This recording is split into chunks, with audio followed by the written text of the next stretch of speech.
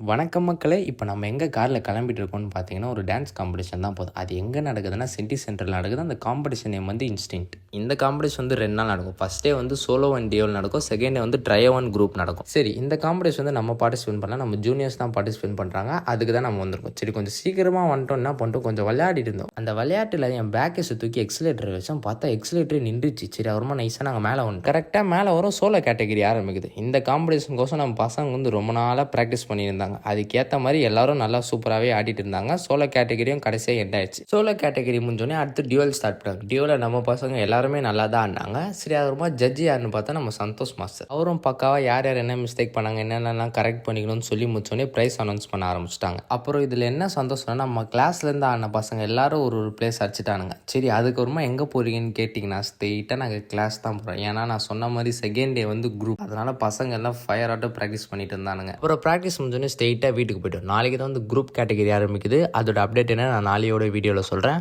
Tata பாய்.